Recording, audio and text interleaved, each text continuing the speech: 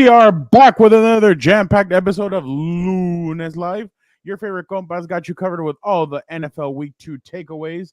We'll break down the games for the LA teams and go around the NFL with the top storylines, including the undefeated Saints and the undefeated Vikings. Incredible to see all this going on. But all right, Gilberto, don't you have a question for our viewers and or listeners?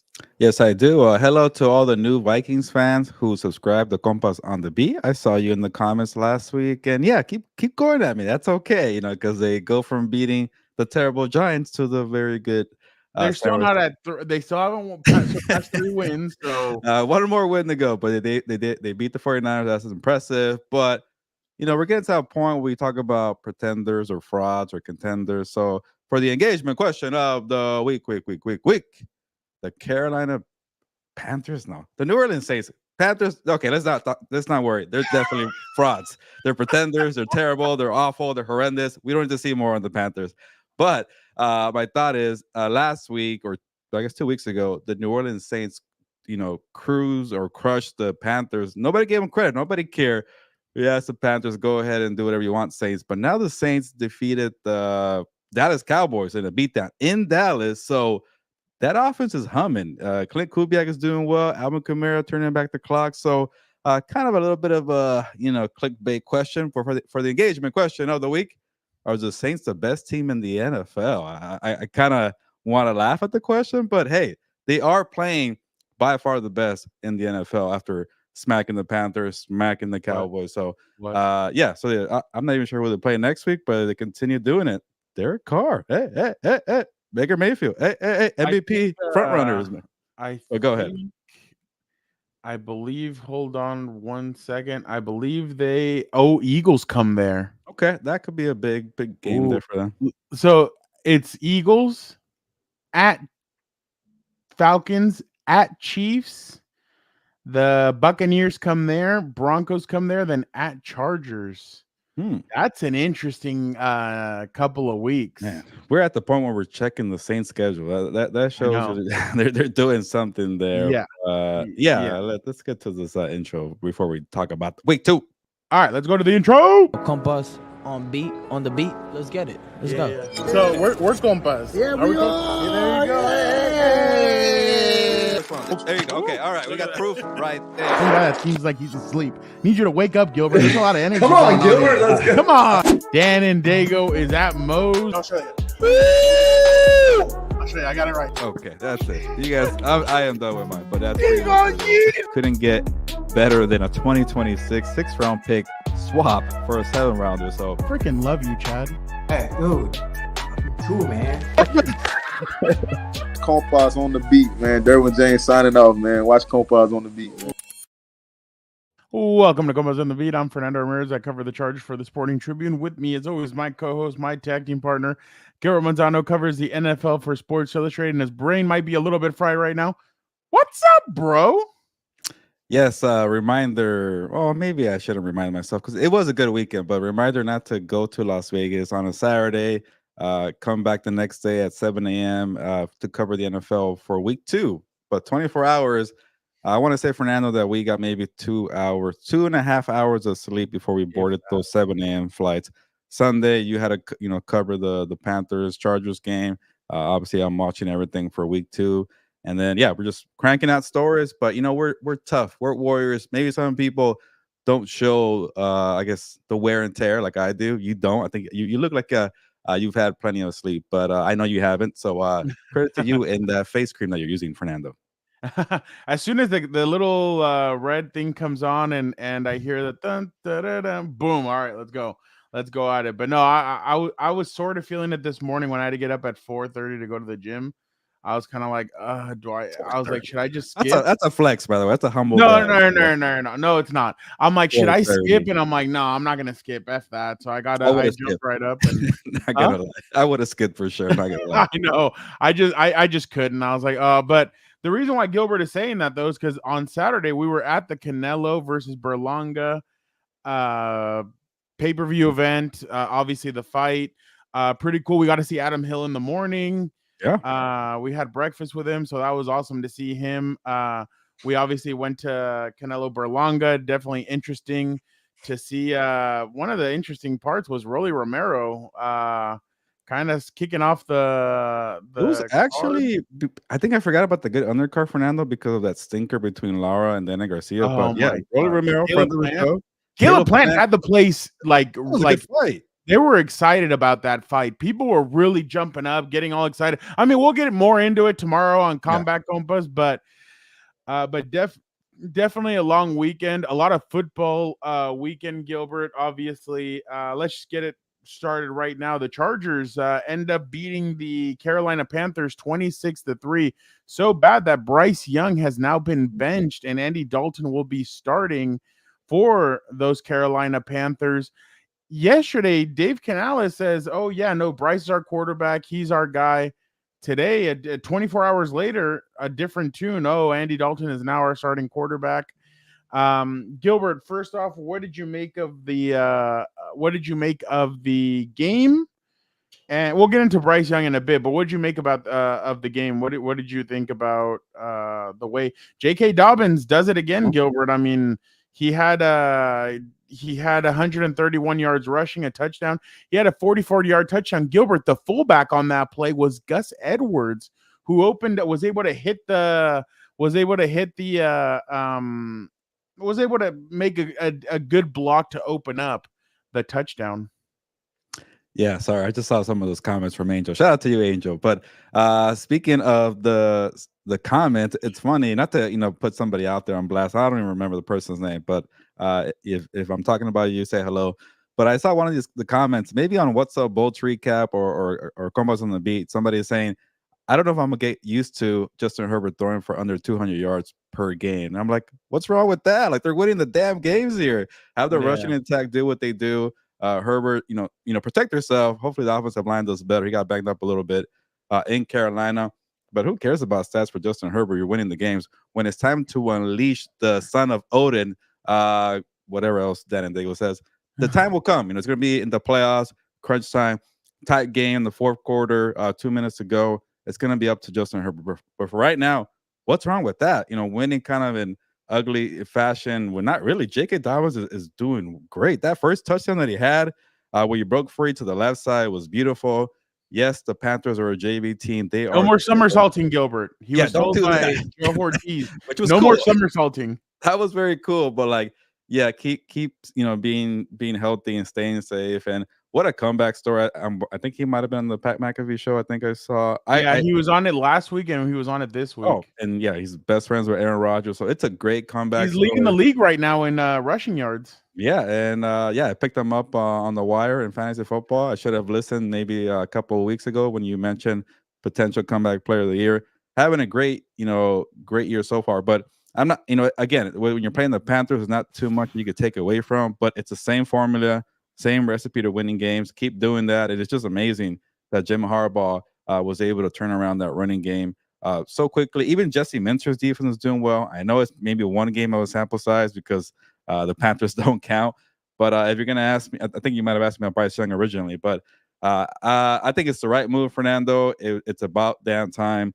I pretty much, wrote last week, Bryce Young is not ready to be a starter in the NFL. I kind of wanted to give him the benefit of the doubt. Hey, it's either Dave Canales had a crappy offseason and maybe, stop thinking about his resume with Geno Smith and Baker Mayfield and maybe it's the coach. But I'm like, no, he what he did with Baker and Geno was great. He's a quarterback whisperer. He has a great offensive mind. I think maybe Bryce Young is just not ready to play. Yes, the Panthers have a terrible offensive line. Yeah, maybe the weapons are kind of whatever. They added some pieces with Deontay Johnson. They drafted Xavier Legette, the first-round pick. Adam Thielen is there. Adam Thielen, but if you gave up so much to get the guy and draft them over CJ Stroud, by the way, ouch, ouch, ouch, who looked fantastic on Sunday Night Football. But you got to give Canales kind of a chance. What are you talking about? Get out of here. The 2-0. That's my team. My team. Yeah, I have a lot of teams. The Cardinals won. My team. But the point is, he just doesn't look ready to play as a starter. Even last year when Andy Dalton came in a couple of times, they won that one game, I think, with Andy Dalton. So to see what Canales has as a head coach and an offensive mind, You gotta let him have a competent quarterback. I hate to say it, but it's getting to that point where like he's not ready to be even a backup in the NFL. It feels like Zach Wilson territory. So you got to see what you have, but you can't let the Panthers off the hook for making a smart decision now, because they threw away their future when they made that trade, which is done when you traded Christian McCaffrey. You traded DJ Moore. How do you want the quick fix, David Tepper, when you traded all your best players and you traded all your draft capital? And here, Bryce Young, do what you want to do and win now and fire a bunch of coaches. But it's a dumpster fire there. And at least it happened now to bench him. That way you could kind of learn from the game on the sideline. I just hope that Bryce, one, will learn from this, and two, he doesn't overreact. Because I think I saw somebody say that him and his family were very shocked by this. Really? I just hope that he takes a deep breath and he doesn't jump the gun and say, okay, I want to be traded like now. You can't act like a number one pick when you haven't done crap. It's been over a year. Exactly. So, but the thing is, but something that you said right there, they need to stop comparing him to CJ Stroud. And I think that's the one thing I've really hated. And that's what I've hated always. Like Phillip Rivers, Ben Roethlisberger, and Eli Manning were always connected. All the quarterbacks from every draft class are connected. They need to be separate, just because, I mean, that's why at one point I felt bad for RG3, because they were like, well, look at everything that Andrew Luck is doing. And it's kind of like, okay, well, you need to take a step back. Like, all that is different. I just feel like they need to take a step back and not think about TJ Stroud in that sense. Just be like, all right, how can we help Bryce Young get better? One, that offensive line. Oof. That offensive line. I don't know if I saw the stat today. The Chargers defense is only letting a quarterback have 2.45 seconds from the moment that he snaps the ball. Yeah. Before they're already on top of him. That's incredible. That's yesterday. What were they showing? Caleb Williams. It took him 2.67 seconds to release the ball, and that was him improving. He got body slammed like 8 times, or no lineman around. That's what I'm telling you. Like, he has to have I don't know. He just has to have some, like, they need to do more help around him. Angel, we will answer your question about J.K. Dobbins in a second. I just feel like the Cardinals did everything, or the Texans did everything right by C.J. Stroud by getting him a lot of weapons last year, and then this year they've only improved. Nico Collins is a hell of a receiver. Oof. That guy is ridiculous. He's super underrated. I don't even think they needed Stephon Diggs. I'm wondering what's going to start happening when Stephon Diggs isn't getting fed, because everything's going to Nico Collins and Tank Dell. Team captain Stephon Diggs. Don't forget it. And then they brought in Joe Mixon. Like, you're doing things to make your quarterback better. On the other side, like, Miles Sanders, I guess, but like, you're getting guys in there that you need to improve that offensive line. You need a whole overhaul. And maybe being a top 5 pick next year is going to be good. Maybe you can go get one of these left tackles or right tackles or a quarterback. Or a quarterback. I'd hold on a little bit. Really? Wow. If Canales is this quarterback guru, give him a year with Bryce Young and let's see what he can do. Give him a left tackle. Give him a right tackle. Give him some other players. I just don't like giving up yet, because look at what happened with Baker Mayfield. The Cleveland Brown fans are begging for him now back all of a sudden. Why? Because he did exactly what I said. He was with the Panthers. And look at him. Look at Sam Maybe Darnold. Trade Bryce Young to the Rams, learn from Sean McVay, and then go back to Carolina. Yeah. That's what I'm saying. They probably want CJ Stroud to do, or Bryce Young to do the same thing.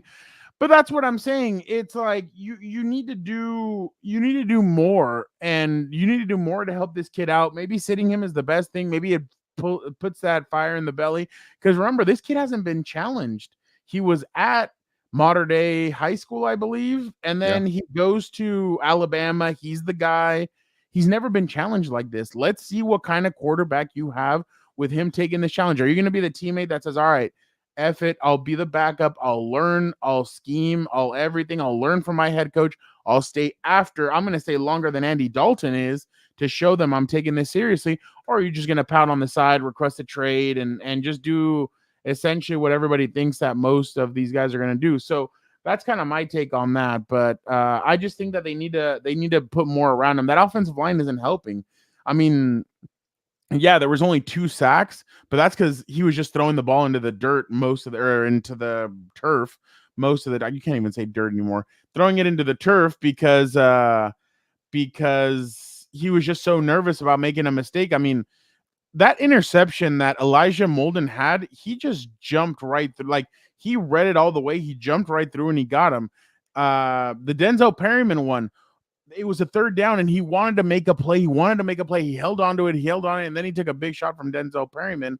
And it's kind of like, come on, dude. Like, those are things that you need to learn. But when you don't have the team around you, it's kind of hard to be able to do that. But we'll see what happens with him. I saw a video of Andy Dalton. He was excited about starting again. So I wonder. I texted Joe Morley, are you nervous? I was like, the Red Rifle's back, cock locked and ready to drop a team. Hey, Dave Canales, he likes to save those veterans who just need a second or third opportunity. So maybe he's the Captain Save-A-Ho. So there you go. Like, all you need to do is number one pick. Gross. Get the hell out of here. I know, exactly. The Red Rifle, bring them on. Let's do this. But real quick, Angel asked, do you guys think that he will continue to play like this or he'll slow down? It depends on the offensive line. Yeah, I think it truly depends on the offensive line. I mean, yesterday the Panthers were stacking the box and the Chargers were still getting plays. There was one play, Gilbert, where on the left side they had Will Dissly at tight end, I think. They had Rashawn Slater, Joe Alt, and then Zion Johnson. All three of them to get, like, all four of those guys together. Wow. On the left side, and they ran that way. Gus Edwards was at fullback. They were doing a lot of different, and that's the thing. The more and more they scheme, the more they do things. I think J.K. Dobbins could sustain it, but I do think that he needs a little bit more help from Gus Edwards. And Gus Edwards, I thought, had a better game yesterday than he had the day before. It's just that Gus isn't as quick. When the holes open up, you need a guy that can just dart through, and that's what J.K. Dobbins does. He darts through. Gus Edwards is more patient. He waits for the hole to open up, and then he hits it. So you have two completely different styles of running back, but I do think that J.K. can continue this. I think he really is on a positive trend. And right now, I think I saw he has 3 games against the Pittsburgh Steelers in his career. He has 326 rushing yards and 2 touchdowns against them. So, yeah, he had 113 one game, 120 another, and 93 in the other. So that'll be interesting. Go ahead, Gilbert. And Fernando, just to kind of sticking with the theme of comeback players or nice stories, hey, Quentin Johnson, man, catching those touchdowns. It wasn't the first one was very impressive. Yeah, he brought it in. Body. And against JC Horn, I mean, that's not. But I know JC Horn got picked on last week against the Saints. So that's not easy. I get your point, but in a way, for him mentally, the second one might have been harder because he was wide open, when he's open, he kind of thinks about it and then he'll drop it. But by the way, Charger fans, you guys are assholes. There was one guy. Somebody tweeted out. Herbert made him fumble because when Quentin scored his first touchdown, he danced. Justin runs from he's running at him and he like hugs him and tackles him, but he makes him fumble. Somebody's like, he didn't hold on to the football. I'm like, are you guys kidding? Like, that's how extreme you guys are gonna take this? I'm like, you guys are the worst. But no, I thought the body adjustment by him on that first one was pretty good. Now the only thing is Herbert, you want to lead him. But other than that, I thought, Quentin, if Quentin can give you 5 catches for 51 yards a game, that's pretty good. I mean, I know, obviously, as a first-round pick, you want him to be around 70, 80, 90 yards. But, I mean, you can get what you can take. I'm okay with that.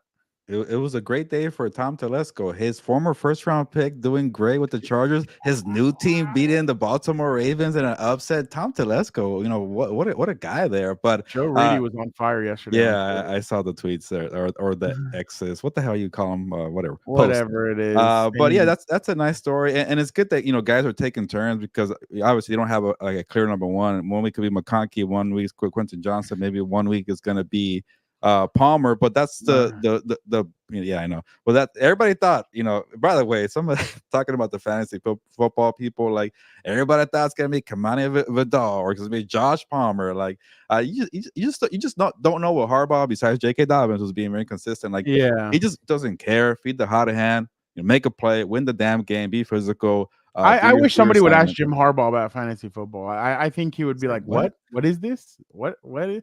By the way, over under 26 points scored on Sunday with the 2-0 Steelers against the 2-0 Chargers. Chargers have Oh. allowed 13 points in 2 games. The Steelers have allowed 16 points in 2 games. I- There you go. We'll combine those two scores. 29 points, over or under 29 points combined. That's very low. I bet that in Vegas it's probably like 30 something, which is still very low. But you know what?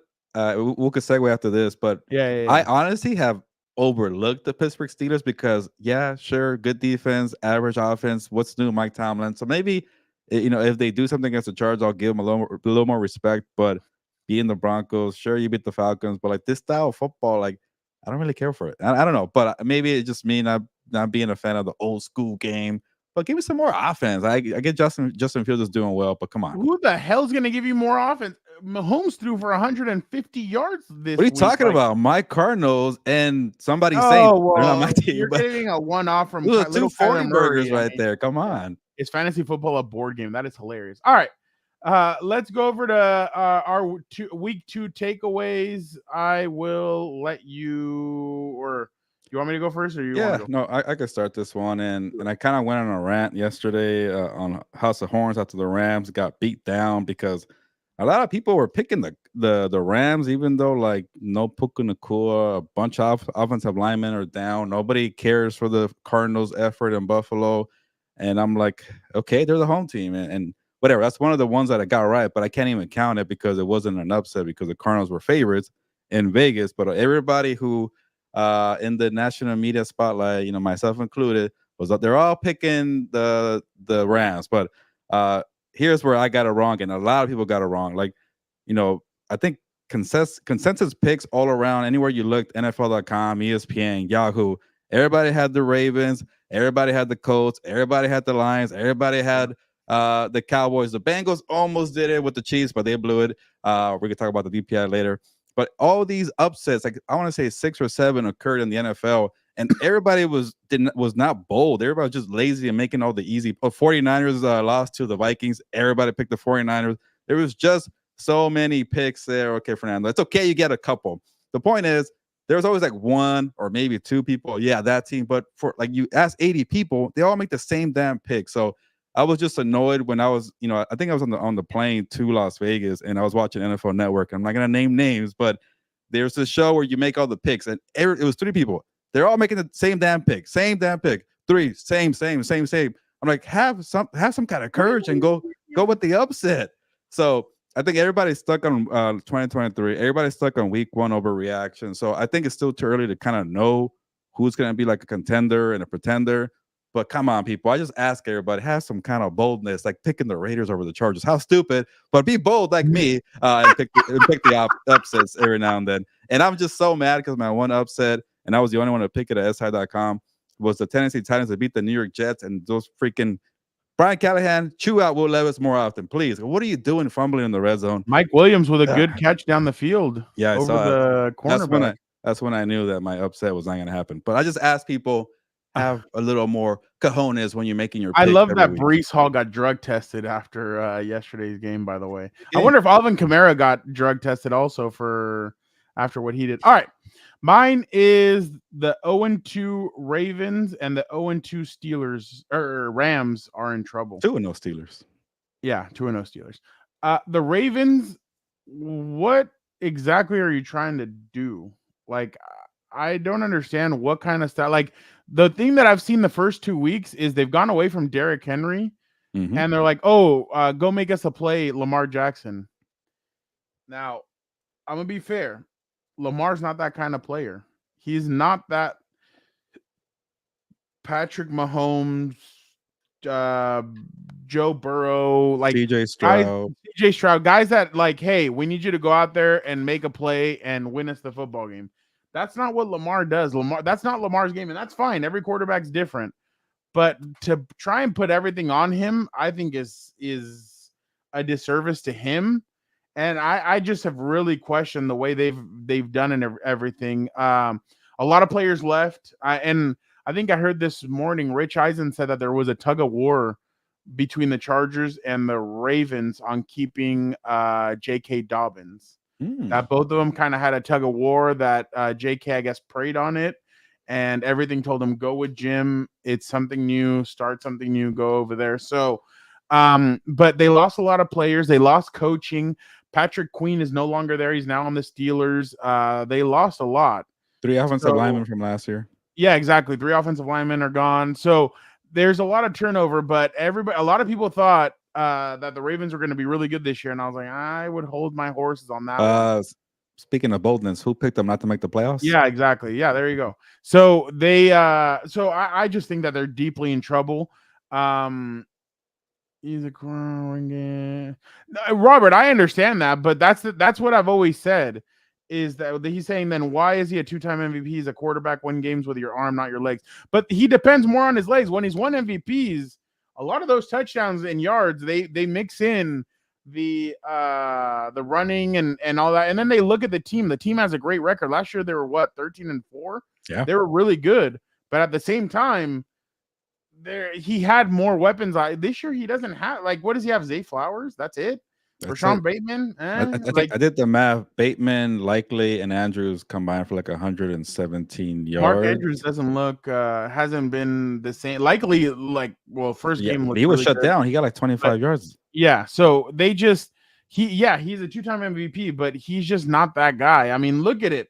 Go back and look and see if he's able to put teams on his back like that. He's not. They've always depended on the run game. They've always depended on the defense. Offensive and now line. Those two are not as good as they were last year. So I don't know. Let's be clear. Both of his MVPs was with QBs hurt or having No, I kind of do agree with that. So I'm not a big Lamar guy, obviously, but I just think that they're really in trouble. The Rams, their injuries keep on mounting. Josh Johnson, Cooper Kupp, Puka Nacua, the offensive line. I think somebody I thought that it was kind of an asshole move. Good news for the Rams. Jimmy Garoppolo comes off a suspension, and so does a left tackle. I'm like, what? I'm the left tackle, news. But Jimmy. That's good news. But everything else, everything around them is just going to hell. It kind of feels like the year that you 2022. When you got to cut the season that you got to cover. I wasn't around, I'm not around, so I'm not the one to blame. No, I'm not. My bad. I wasn't going. I know, but I'm just saying I'm going to use that to tell your brother. I get it, but I just felt like it was that season where everything was going wrong, injuries. This might be worse, to be honest. My question now is, should they sit Matthew Stafford? Do you really want him to take a beating out there? Well, the thing is, they're not committed to the guy past this year, so it's what are you waiting for? I don't know, but Robert, I do have a lot of frustration. Sometimes Hurts is frustrating to watch. Tonight's going to be interesting. No AJ Brown, so I'm interested to see what. Yeah, I mean, the addition of Saquon is huge. Or with Devontae Smith, though, you got paid number one money. Can you do something? Yeah, exactly. So tonight's going to be really interesting with that. But going back to should they trade Stafford? I think they're gonna. I don't think you trade quarterbacks during the season. But if you know there to the guy past this year, and you know that you're gonna have a terrible year, the Raiders, they need a quarterback. Maybe they're kind of not gonna take hanging around. Tom Telesco will love with Stafford, but I don't know if he will do the trade for in terms of giving up the capital. I don't think he would do that. Who's another bad quarterback team that Sam Darnold and the Vikings? Man, I'm with Juan. Tanking. I mean, I hate using the word, but if you could get a top quarterback, and they would tank. Les Snead does not care about the normal things. Yeah, he will definitely will tank. Oh yeah. So, can you imagine Shedeur Sanders and Sean McVay? That would just be McVay. Hey, McVay would do this shit. He would go out there with them, and he'd be celebrating with them. They were talking it up last week against Colorado State. Exactly. Pac-12 team, by the way. But just independently, I do think that the Rams, they have an up-and-coming defense, and they have an up-and-coming offensive line, an up-and-coming great receiver in Puka Nacua. It might be time to hit the reset button with the Rams. Play 49ers this week. Yeah, well, Deebo Samuel's now out for a couple of weeks. And no CMC, so maybe. Yeah, so that'll be interesting. Trade him back to the Lions. By the way, now everybody all of a sudden, Jared Goff might not be who we thought. I mean, yeah, all of a sudden. But Super Bowl big Lions for you. I know, but I don't give a shit. I don't care. I usually am dead wrong with my Super Bowl pick, so I don't care. Last year I picked the Jets to go. and Aaron Rodgers killed that thing in the first 4 plays. But I do think that the Rams kind of need to come to reality and say, you know what, maybe it is time to start. Maybe it is time to start thinking about the future. You have an up and coming defense. You have Puka Nacua. You have some good pieces. Maybe it's in the offseason. I still think that him and like McVay and the Rams and Stafford are headed for a divorce. But it'll be interesting to see what they do. Maybe they But say bye-bye to Cooper Kupp, and this team might look very different in a year. They could let go of Cooper Kupp. What it's been ever like the 1 year he didn't get injured was the Super Bowl year, I think. And Pretty much, he's been hurt every single year since then. Maybe he'll be a Charger next year. Cheap money, under $5 million. He go. That's the only way those guys sign anybody. Well, the way they did it this year, but yeah, you need a new home and you're cheap. Come over here. Yeah, exactly. They're willing to do it. All right, Gilbert. Let's go to with some of the top storylines from week 2. Saints and Vikings with impressive wins over the Cowboys and 49ers. Which is the bigger surprise, the Vikings or the Saints? Go Vikings. You know what? I've been doing enough to give the Saints a little credit. They beat the Cowboys in Dallas, but I'll go with the nod here with my team here, the Minnesota Vikings, because I needed to see a little more. And that defense, I know, Victor, I'm going to give credit to Brian Flores. Now you get my flowers, Brian Flores, Flores for Flores. There you go. And they don't have much in the interior defensive line, but damn, they have some very good edge rushers. That Van Ginkel guy does a lot of plays. Jonathan Grenard so far doing well. I can't believe the Dolphins let him go. Yeah, he just makes plays. Like, he's not gonna be your number 1 or maybe not even your number 2 edge rusher, but he knows how to make good plays. He had that pick 6, almost another one in week 2. So that defense looks like it's legit. Obviously, like, I still got to see a little more from Sam Darnold before I fully commit to the Baker Mayfield turnaround for him. But hey, when you could lob it up to Justin Jefferson, that makes. He did a year with Kyle Shanahan. Yeah, maybe that's a school for him that he went through it and is doing well. But we'll see if JJ is healthy and he comes back next week. But it's still a difficult schedule overall. But to be 2-0, they feel like they're gonna be like a fringe wildcard team. I keep moving it up from crappy number 1 pick in the draft to a little feisty 6-7 wins to maybe 8 or 9. But it's still a difficult schedule. It's gonna even out eventually. I'm not trying to make myself look better, but they are impressive. They get more credit from me. And Sam Darnold, Kevin O'Connell is the one I'm gonna give the flowers the most to. For some reason he doesn't get talked about a lot, but I think right now it's way too early. But if we're making like a ranking for coach of the year, he might be at the top. The way he has the offense and the defense clicking, he's overseeing everything. They had a very difficult training camp for many reasons. So to be able to do that, they're playing well. I have to go with the Saints, especially with the alert that I just got. Micah Parsons says effort wasn't there. Yeah. Why? Why is it always the same with the Cowboys? Whenever they lose, it's on because us. of our effort. Yeah, we didn't do it. No, get out of here. Like, the Saints wrecked you guys. So it was so funny. Do you listen to Dan Patrick or not really? Not really, but I see the social media clips. There's a guy called Shane Irving who calls in, and he's an angry Cowboys fan. And he comes in today. He's like, Mike Zimmer hasn't been a defensive coordinator since the first Obama administration. And Jerry thinks, let me get him out of retirement and bring him in here. And he's like, he brings in the head coach that's a product of Brett Favre and Aaron Rodgers and decides, hey, let me bring him in here.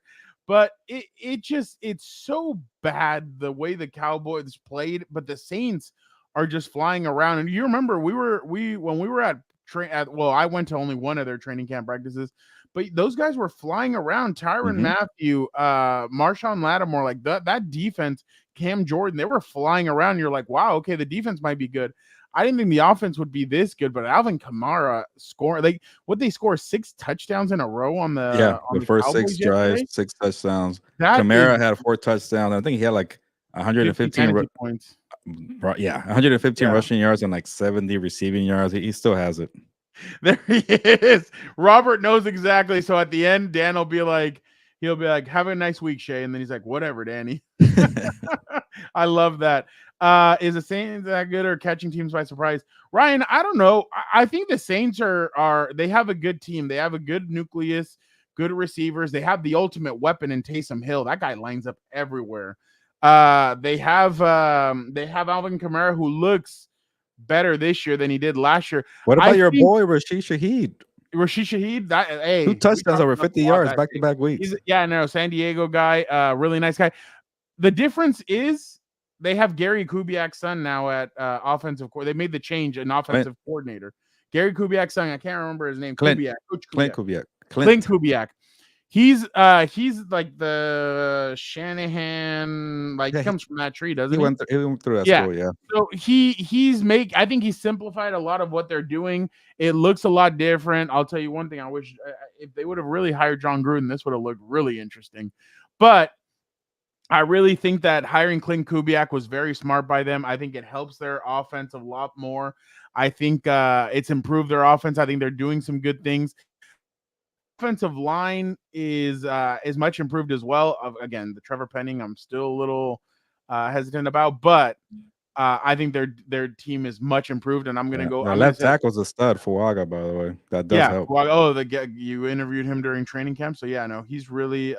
They played the Panthers week 1, but they really blew them out. I mean, that's a very high powered offense. Again, I'm just saying right now, as of right now, the Saints are very impressive at 2-0. Obviously, things can change. It's a week-to-week league, but I'm still interested to see what they do. All right, Gilbert, most shocking upset of week 2 for you. You have Saints over Cowboys, Vikings over 49ers, Bucks, Lions. Don't you dare take that one. Raiders edge out the Ravens, or the Packers shut down the Colts. Yeah, that one was embarrassing. Yeah, I'll go with that one, and that's because I'll take that one on the chin because I thought the Colts are going to be so much better. That was a terrible performance by them, and Anthony Richardson did not look good. But like, why? It's kind of like Lamar Jackson. Like, why are they always asking Anthony Richardson to bail them out and make a spectacular play here and run here and throw a bomb there? I'm like, what happened to the receivers? What about the one you drafted, Mitchell, or what about the one you paid, Michael Pittman Jr.? I know, is it Alec Pierce? I forget his name. The wide receiver. He's the one making most of the plays. The wide receiver, or did you say something else? White wide receiver. Okay. Yeah, wow. But sorry. Yeah. I think it's Pierce. But it is. But I'll give credit to Jonathan Taylor. He's showing up to when they were falling behind, and they're like, when you're falling behind, you rather have the passing game going, but he was making plays in the running game. They're being a little patient, but I expected better from the Shane Steichen offense. They kind of, maybe they saw Malik Willis on the schedule. The Colts know Malik Willis, like from their AFC South days. He wasn't very good with the Titans at all. So you go into Green Bay and Dan and Dago, I hate to say it, but Matt LaFleur came to play. He had a great game plan. He just said, hey, Malik Willis, don't screw it up. Don't make interceptions. Don't turn it over. Will Levis, take some notes here. Play within the scheme and play some safe football here. He just handed it off to Josh Jacobs. They established a run, and at the same time, Anthony Richardson and the Colts couldn't do anything. They couldn't get out their way. They had too many turnovers. So, I'm going to give some criticism to Richardson, too. You can't be throwing 3 interceptions like that. But Matt LaFleur did a great job getting, a bunch of playmakers involved. I think 12 of 14, Malik Willis went very efficient, but nobody had like more than 50 receiving yards. So it wasn't like he was pushing down the field.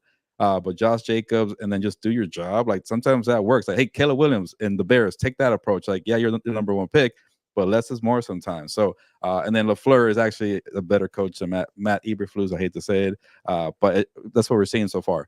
But I was just gonna say everybody was picking the Colts and myself, and I was very quick to praise them. They look great against the Texans, but they really can I say shit? Yeah, shit the bed. That was one of the picks that kind of surprised me. Like, I'm not too surprised about the Raiders with the Ravens because the Raiders are a physical team, and I'm not high on the Ravens at all. Obviously, I was not surprised about the Buccaneers, but that's your team. I stayed away. I was shocked about the Saints whooping of the Cowboys, but this Colts one, I expected better, and I'm not mad. I'm disappointed. That's what it feels like because I'm very high on them. DZ, look at you. I'm personally going to give the Raiders some flowers, not the fans, but that team. Also, Vikings. Go Vikings. I'm sure he's talking about Joe Morley when it comes to not giving Raider fans. Be careful. Turn off those microphones around Joe Morley. The Bucks outlasting the Lions. I think people were really high on the Lions. Everybody was expecting them to maybe have a repeat of the divisional game, but the Bucks took it to them, and Baker Mayfield has been very poised. I'm really impressed by them, and yeah, I have to give. I'm just gonna be quick with it. I think the Bucks deserve the credit. They went in there. It's a loud environment. They were able to do a lot. The Vita Vea injury, I think, is going to hurt them, just because that dude plugs everything up in the middle. But I was very impressed by their defense, impressed by their offense. They really went in there and they were able to outlast Detroit. So kudos to the Bucks. All right, Gilbert. Are the two close wins, or my bad? The Chiefs obviously survived the Bengals. Is it impressive or concerning their first 2 weeks of the season? Can I say neither? It's like I'm not concerned at all for this team, but I'm also like not impressed. But like they're gonna be fine when January rolls around, like we've seen this team over and over again. I haven't read it, but Robert D.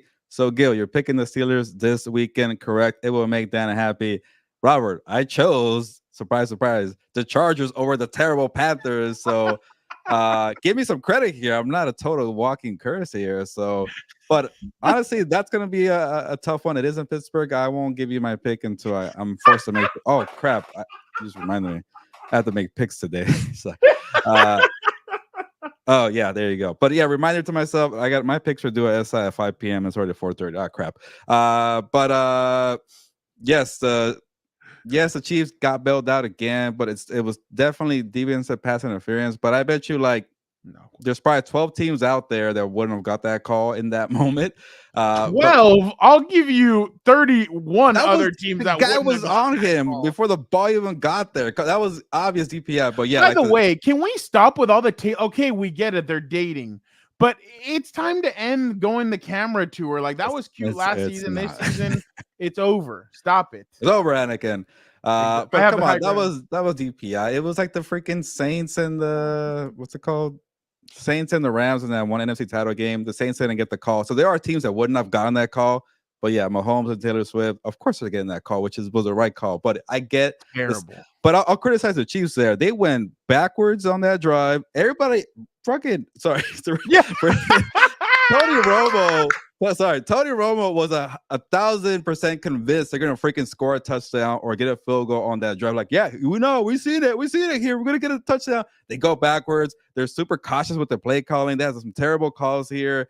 They got bailed out on that freaking the fumble by Joe Burrow. Yeah, well, sorry, I mean the fumble too.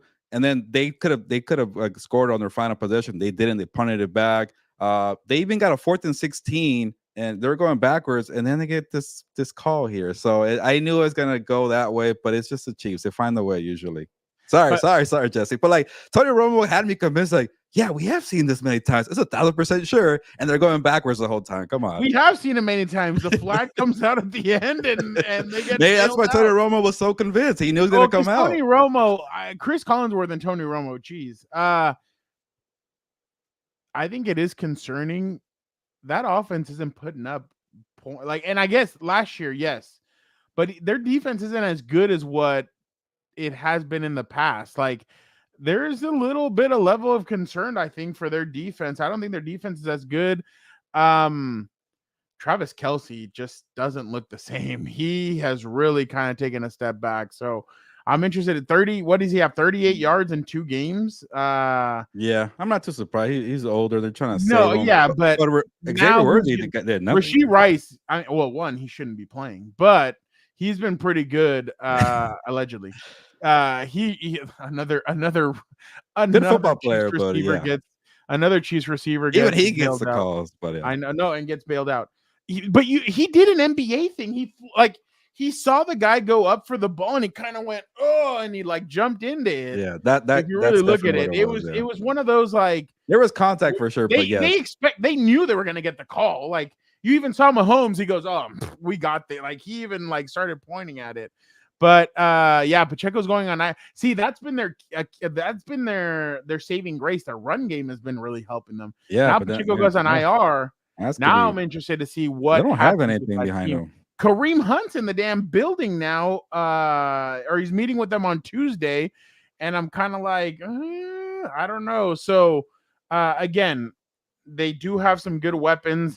Xavier Worthy, by the way, the Cam Britt Taylor guy, that one-handed grab, holy crap. By the way, obviously the media has to go, oh my God, he looked like Odell Beckham Jr. Anytime. Why not do some damn research and go say, hey, maybe somebody at his position has made a play like that. Oh, yeah, Antonio Cromartie made a play like that back on Peyton Manning. Like, be creative. Don't just go for a receiver, an Odell. Like, do something different. Like, go into the history books. Don't just look and at make better picks easy. and be bolder. Well, yeah, exactly. It's just horrendous all around. So I am a little bit concerned about the Chiefs, especially they go to the Falcons and they go to the Chargers. Those two games are going to be very tough. They're still 2-0, Fernando. They're going to find a way. I completely agree, but I think it's still. And then without Pacheco, that is going to be concerning for them because they're going to go 10-7, win the division. You saw Kareem Hunt last year. Kareem Hunt did not look very impressive last year. But so, yeah, I definitely that's one of the biggest. The little bowling ball guy that they have, the little white running back that they have. Oh yeah, the fullback, rugby player. Yeah. He bangs. So that he's going to be bangs. he's like crocodile guy. Yeah, exactly.